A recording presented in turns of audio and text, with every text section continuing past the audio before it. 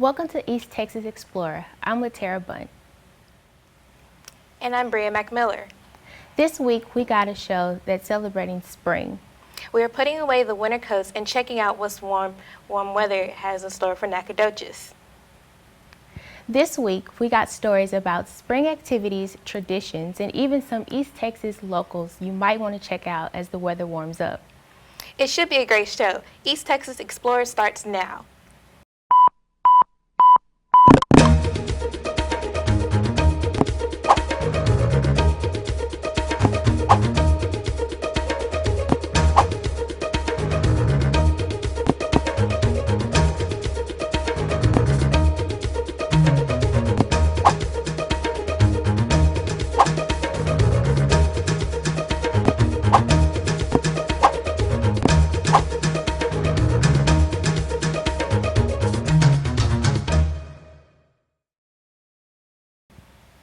Did you know that Nacogdoches, Texas is the neighbors with the third most dangerous city in Texas? Lufkin lies about 20 miles from Nacogdoches, but what exactly makes this one of the most dangerous cities in Texas?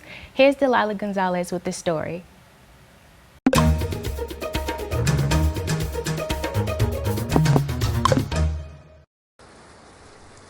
Lufkin is ranked third most dangerous city in the state of Texas. As of March 31, 2015, 175 sex offenders have registered that are living in the area, although there are much more property crimes that are involved. This including burglaries, larceny over $50, motor vehicle theft, and arson. But how true is this exactly? Unfortunately, a lot of them has to do with just poverty, unemployment, and also the heavy drug use out there. According to citydata.com, the ratio of the number of residents in Lufkin to the number of sex offenders is 206 to 1. Your chances of becoming a victim of a crime is 1 in 15 people, and the rate of being part of a property crime is 1 in 23. However, in 2014, an alarm company gathered information from the FBI's Uniform Crime Report, which included all crimes as well as violent crimes, giving a bicycle theft the equivalent as a homicide. These numbers gave the company a boost on their product sales. Yeah, I'm not going to say that things bad don't happen in Lufkin, or bad things don't happen in Lufkin, but I don't think it's near to the extent they're trying to make people believe. Tom Selden, Angelina County Constable, stated in an email sent to us, "Statistics and numbers, being what they are, can be interpreted in different ways and should not be the last word or determining factor in arriving at a certain conclusion." With East Texas Explorers, this is Delilah Gonzalez. Spring is here, which means dog owners are taking their dogs to play outside more often. Nacogdoches has its own special dog park just for dogs. Here's Cami Hernandez to find out more.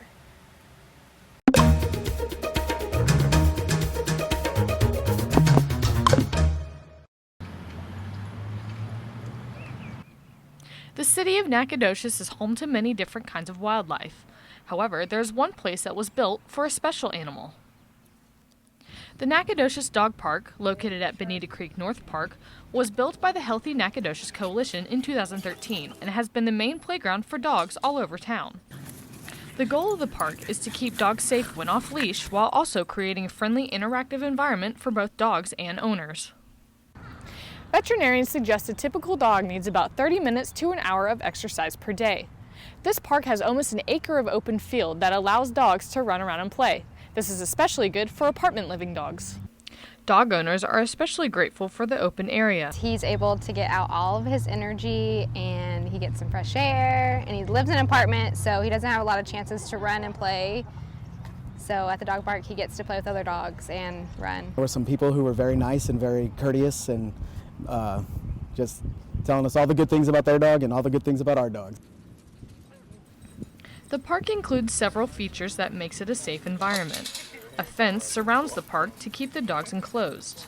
There are also 2 separate areas for large and small dogs. A water fountain for the dogs is available along with waste baskets and park benches. Though along with the benefits of the dog park, there are a few concerns. The water lines aren't ready for spring, meaning owners must bring their own water.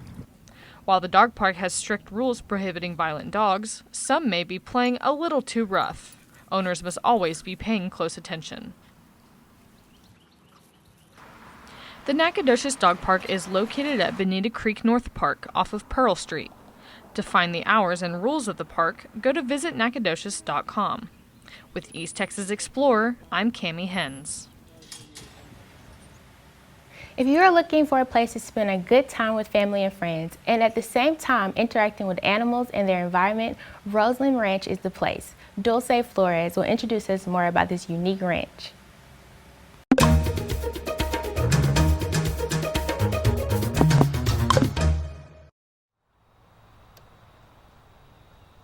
Rose Lake Ranch is located in Nacogdoches, Texas, and the owners are Jake Mom and Niren Mom. Around 10 years ago, they wanted to provide a place where families and children could come and learn more about animals and experience the farm life. I used to work for a traveling petting zoo. That's how I put myself through college. And so I've always had a love for animals and have used that background to help make Rose Lake Ranch what it is now. The ranch right now consists of about 18 horses. Some of them are rescued, and more than 50 other animals like sheep, rabbits, llamas, mini horses, an emu, etc. All these animals are hand-raised. Some of the activities provided at Rose Lake Ranch are bucking bull barrel, petting zoo, pony rides, roping, pony parties, and many more. For our trail rides, we offer horse rentals, and people come from all over. You don't have to be experienced. We give a little bit of instruction in the arena beforehand, how to stop your horse, turn it so everybody is comfortable on their horse, and then it's a guided tour down through the woods. We have 65 acres. We go down along the creek, and especially in the springtime, it's very beautiful when everything's blooming. Groups are welcome to do farm tours, and they can learn more about animals and get hands-on experience with them. Whether people are residents or non-residents of the Nacogdoches area, Rose Lake Ranch is a good place to spend a great time with family and friends, and to learn more about animals and other activities like riding horses and doing stuff for farm life.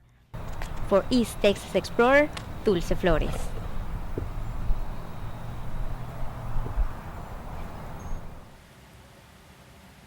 When we return, we'll find out the history behind the spring traditions of April Fool's Day and Easter. We also go outdoors to learn about some locations and activities you don't want to miss out on this spring. Stay with us, East Texas Explorer will be right back.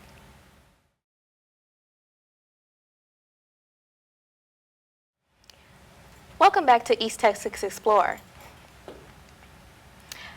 April 1st is the day everyone knows too well. This is the day you can play tricks on people and justify it by saying April Fools. But do you really know the background story to where Wacky Day came from? Here's Esmeralda with more on the story.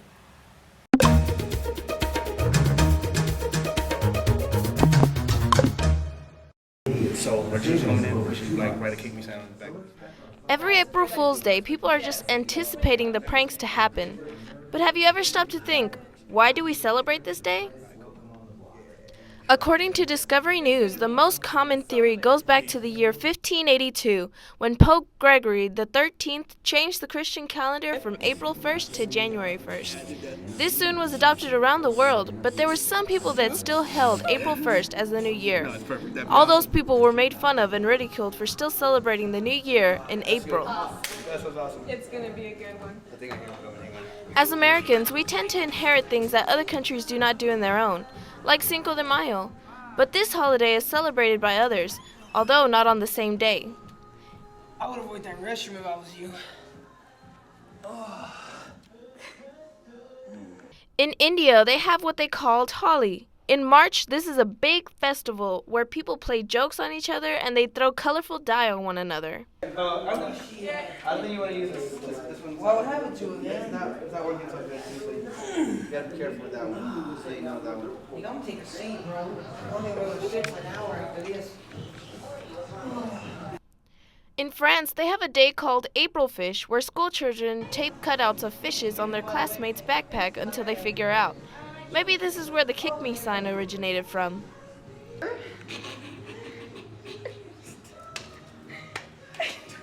Scotland extended this holiday to 2 days. The first day you send your friends off on foolish errands, and the second day all you see is the famous "Kick Me" sign all around the town.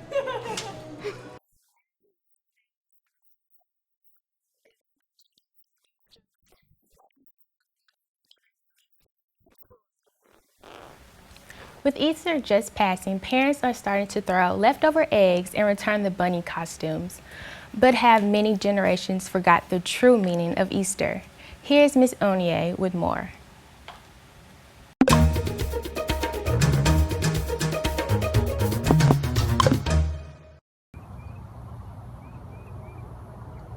Easter has been around for as long as one can remember.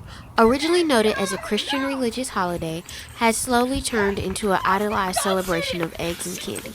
As time has passed, some elders may start to think that the new generation is being blinded by an egg rather than the overall picture. With the assistance of social media and movie productions, today's generation has a more colorful definition of Easter than their past ancestors. Easter, also known as Resurrection Sunday, is originally a celebration of the rising of Jesus Christ from the dead 3 days after his death, which is also Good Friday. And then Friday is Good Friday. Then you've got Saturday, and you often have an Easter vigil, and then Sunday. And so in the Middle Ages, at least, people went to church pretty much every day that week. And then today, now we've kind of crammed it all down into just Sunday usually. The history of the Easter bunny and eggs has been passed down as a yearly tradition, but just as Santa Claus, there is no direct group or person to blame for this make-believe character. Do Easter egg hunts, but here's what the holiday is going to mean for us. And so if it did start as a pagan practice, we've certainly lost that connection because nobody does it because they're worshiping, some strange, Germanic goddess. It's now just been incorporated with this idea of new life. And so I don't think it's necessarily a bad thing. So next time you and your family are getting ready for Easter, remember the reason for the season. And don't let this stop you from having some good old family memories. I'm Miss Ann Crow, reporting with East Texas Explorer. Wait up!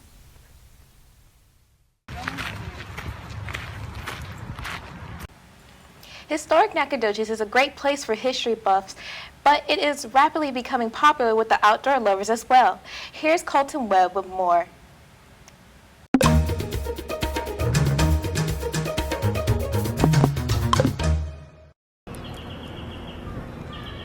Nacogdoches is a city that appeals to a variety of people of all tastes, but what is perhaps the main attraction of the City of the Pines are the countless outdoor activities it offers. According to the city's website, Nacogdoches is home to 21 parks, totaling in about 380 acres. These parks offer a variety of options for outdoor enthusiasts, ranging from basketball courts to volleyball pits to playground equipment. The parks also offer miles of trails that run throughout the city. Lenana Creek Trail, which runs along Lenana Creek, offers a scenic route for walking or jogging, birdwatching, and even biking. Nacogdoches is also home to Lake Nacogdoches. The lake is located 10 miles west of the city on Bayou Loco, which is a tributary of the Angelina River in the Neches River Basin. The lake, which sits on a little more than 2,000 acres, provides opportunities for fishing, boating, and family gatherings. The oldest town in Texas also lives up to its name by being the home of more than 10 historical sites. One of these sites is the Durst-Taylor House. The second oldest building in Nacogdoches, the Durst-Taylor House has been fully restored as an example of what life was like in East Texas in the mid-1800s. The house features a fully functioning smokehouse and blacksmith, as well as heirloom gardens and a sugarcane mill.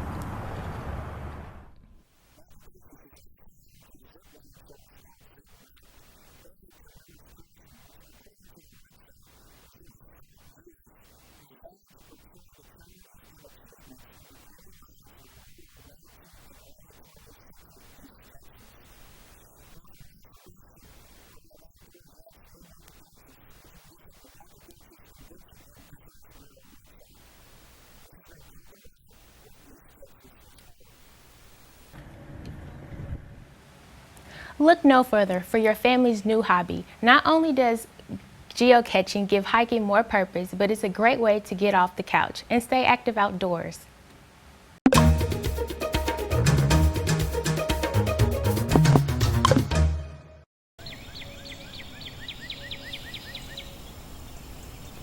For those who enjoy a good treasure hunt, geocaching is a high-tech adventure using a GPS to locate a hidden container or box.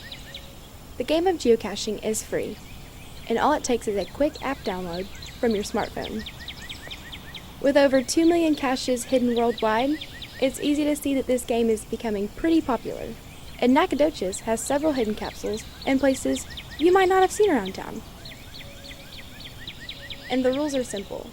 If you take something, make sure you refill it with an item of equal or greater value. Log your find in the given logbook, and make sure you share your experience at www.geocaching.com. No two geocaches are exactly the same. In fact, there are over 10 different types of geocaches you can find. For example, some have multiple locations like the multi-cache, and some, at minimum, contain a few knickknacks you can find yourself trading each other with. I'm not going to give away any surprises here, but you can find yourself a micro geocache at the scenic overlook here in Nacogdoches. It's true that some caches are difficult to find and keep themselves in hiding. Whether your geocaching journey leads you through thick, challenging woods, surprises you for being almost too obvious, or forces you over creeks to find the jackpot. The game was intended for an outdoor adventure everyone can enjoy. With East Texas Explorer, I'm Kendra Kalasek. Thank you so much for watching. So far, we've been all over East Texas enjoying the warm weather and seeing what is available outside this spring. After the break, we come back to SFA to learn about the Lumberjack Dance Team preparing for Nationals, a campus service that's helping students reach their full potential, and how students can stretch their dorm decorating dollar as far as it will go. Don't go away, East Texas Explorer will return.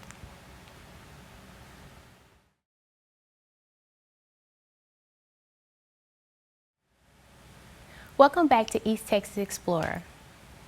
The SFA dance team spends the majority of the year cheering on the Lumberjacks at multiple sporting events. But did you know that they're nationally ranked athletes as well? We went out this week to find out more about their annual journey to Nationals.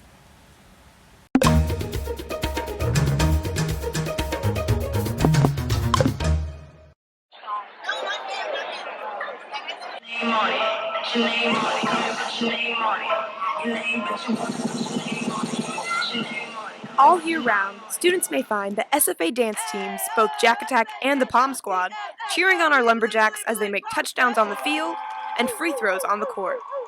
But what they don't see are the teams preparing for a season of their very own, Nationals. Every year, both teams begin practicing and perfecting their tricks, turns, and routines from early December up to mid-April for when they leave for Daytona, Florida to compete in the NDA Collegiate National Championship.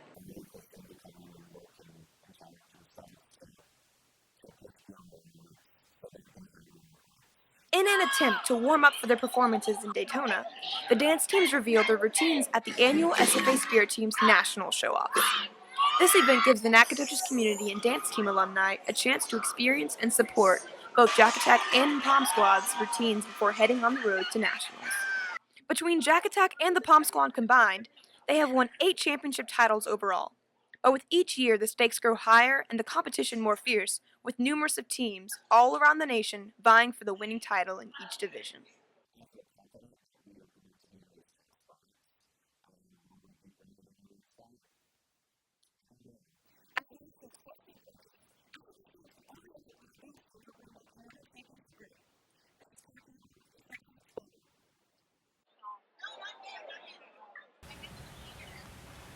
Most colleges have tutoring services, but not all can compete with the ARC at Stephen F. Austin State University. Devin Shesko has more on the story.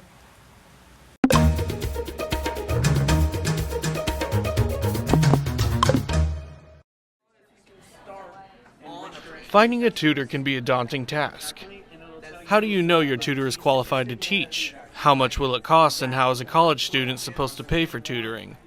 Luckily, students at Stephen F. Austin State University have a place that will answer all those questions. The Academic Assistant Resource Center, located in the Ralph W. Steen Library, is an excellent source for students looking to get ahead in their classes.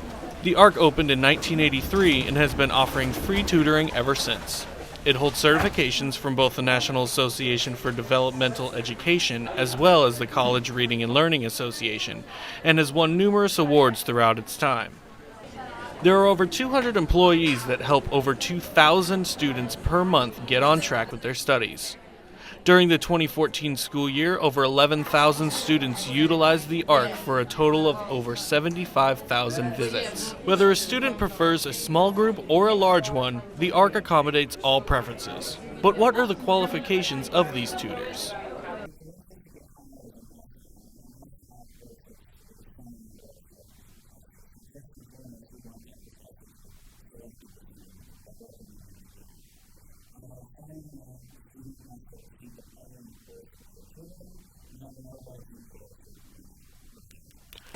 The ARC covers all subjects, from math to English, and even astronomy and engineering. Whatever the subject, the ARC has a way to help. The ARC does not only help students, it gives a sense of pride and accomplishment to those who volunteer their time to tutor.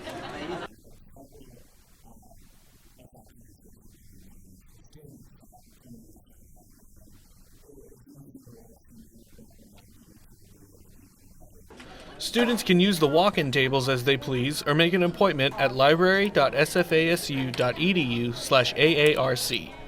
From East Texas Explorer, I'm Devin Shesko. To be a college student and being able to be expressive and decorating your own space can be expensive. However, there are ways to save a penny or two, and I went out and figured out a few tips on how.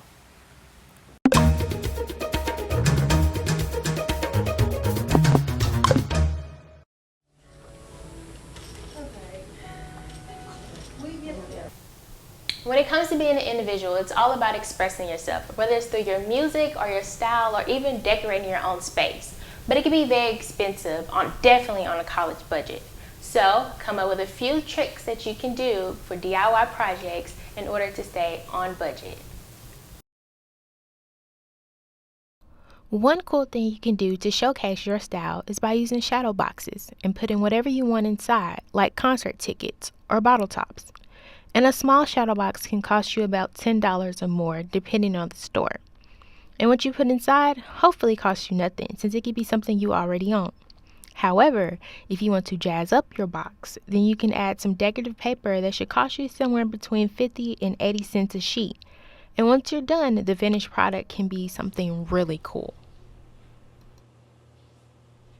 Of course, you can always buy some cute art pieces for a low price at Walmart or Family Dollar. But another cool DIY project you can do is make your own picture frames by either buying individual foam cutouts that can cost you about $2 or a pack that can cost you about $6. And the end results can definitely show off your own personal style. One last classic DIY project is jumbo wooden letters that you can hang around your room and decorate however you want. And each letter can be priced about $3.50 each. And with these, you can get them painted to the color scheme of your space, or you can leave them bare. When it comes to decorating your space on a college budget, it can be done at an affordable price. You just have to be creative. Plus, most of these things can be found at a dollar store or a Hobby Lobby. This is Latera Bunn for East Texas Explorer. Thanks for watching. Next week we'll be back with more stories from SFA and around East Texas. Until then, you can find out more ETE and other Jack TV shows on our YouTube channel at Jack TV SFA. Check out our programs, learn more about Jack TV, and leave your feedback. Have a great week, and we'll see you next time for another episode of East Texas Explorer.